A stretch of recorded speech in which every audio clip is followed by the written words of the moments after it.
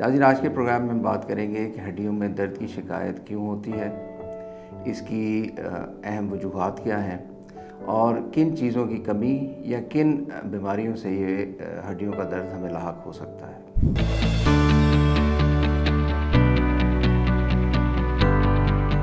ناظرین، میرا نام ڈاکٹر عاصم اللہ بخش ہے اور میں ایک اسپیشلسٹ فیملی فزیشین ہوں۔ آج کے اس پروگرام میں ہم بات کریں گے ہڈیوں میں درد کے حوالے سے، اور جیسا کہ پروگرام کے شروع میں نے بات کی کہ کیا وجوہات ہو سکتی ہیں جس کی وجہ سے یہ درد لاحق ہو سکتا ہے۔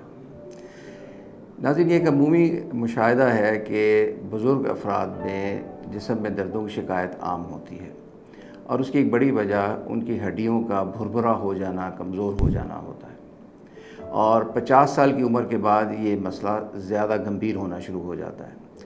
لیکن 50 سال سے پہلے بھی بہت سے ایسی وجوہات ہیں جن کی وجہ سے ہڈیوں میں درد ہو سکتا ہے، اور اس کو دیکھنے کے لیے ہم بالعموم یہ اپنے آپ پہ بھی یہ تجربہ کر سکتے ہیں کہ اگر ہمارے کلائیوں میں درد رہنے لگے، اگر ہمارے کولوں میں درد رہنے لگے، یا ایسا ہو کہ ہماری جو گرفت ہے وہ کمزور پڑنے لگے، اگر ہم کوئی چیز پکڑتے ہیں اس کو صحیح پکڑ نہیں پاتے، تو پھر ہمیں یہ اس چیز کا ادراک ہونا چاہیے کہ شاید ہماری ہڈیوں میں کچھ کمزوری واقع ہو رہی ہے۔ ناظرین، عمر بڑھنے کے ساتھ تو یہ مسئلہ ہوتا ہے، اور اس کی بنیادی وجہ یہ ہوتی ہے کہ ہڈیوں کی بننے کی رفتار یا ان کی مرمت کی رفتار ہم کہہ سکتے ہیں، ان کے ٹوٹ پھوٹ سے زیادہ سست رہ جاتی ہے، اور ٹوٹ پھوٹ کی وجہ سے پھر ہڈیاں جو ہیں اپنا معیار، اپنی مضبوطی برقرار نہیں رکھ پاتی۔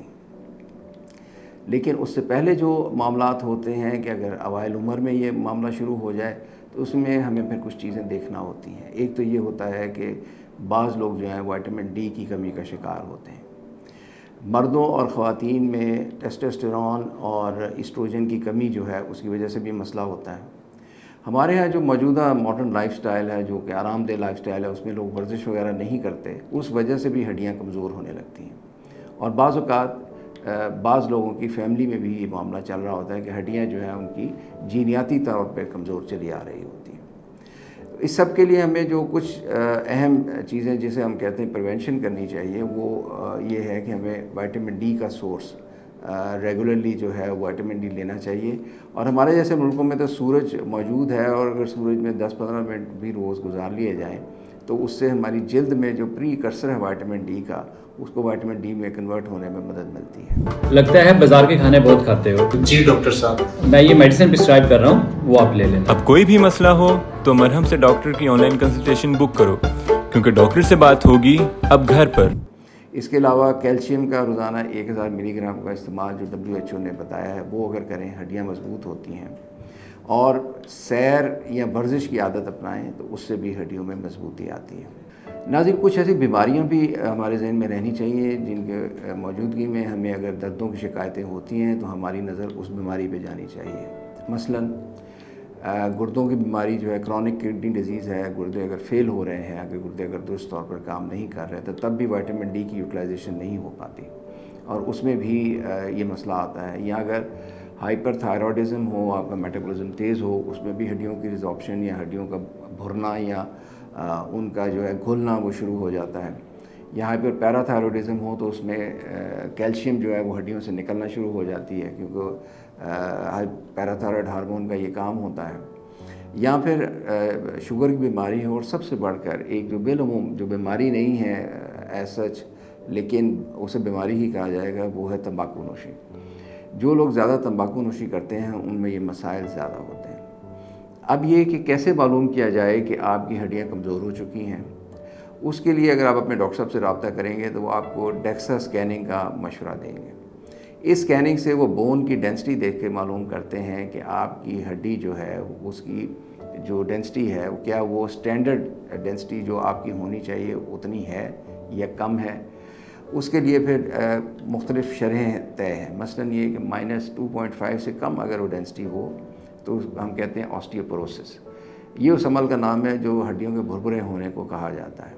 اگر -2.5 سے زیادہ ہے تو اسے آسٹیوپینیا کہتے ہیں، یعنی ہڈیوں کی کمزوری۔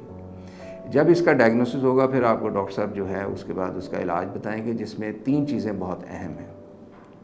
ایک وائٹامن ڈی کا استعمال، دوسرا کیلشیم کا باقاعدگی سے استعمال، اور تیسری اہم چیز یہ ہے کہ خاص ادویات جیسے بس فاسفونیٹس جنہیں کہتے ہیں، جن کا کام یہ ہوتا ہے کہ ہڈیوں کی ٹوٹ پھوٹ کے عمل کو وہ سست کرتی ہیں تاکہ ہڈیوں کے بننے کا عمل جو ہے وہ زیادہ فوقیت لے سکے اور ہڈیوں کو مضبوط کر سکے۔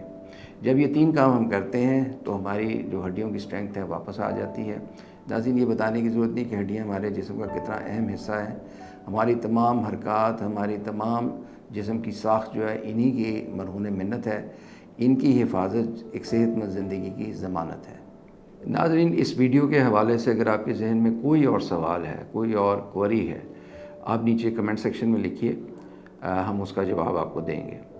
اور اگر آپ کو مجھ سے اپوائنٹمنٹ چاہیے، وہ آن لائن یا کلینک میں، تو ہم مرہم.pk سے رابطہ کر سکتے ہیں، اپوائنٹمنٹ مل جائے گی۔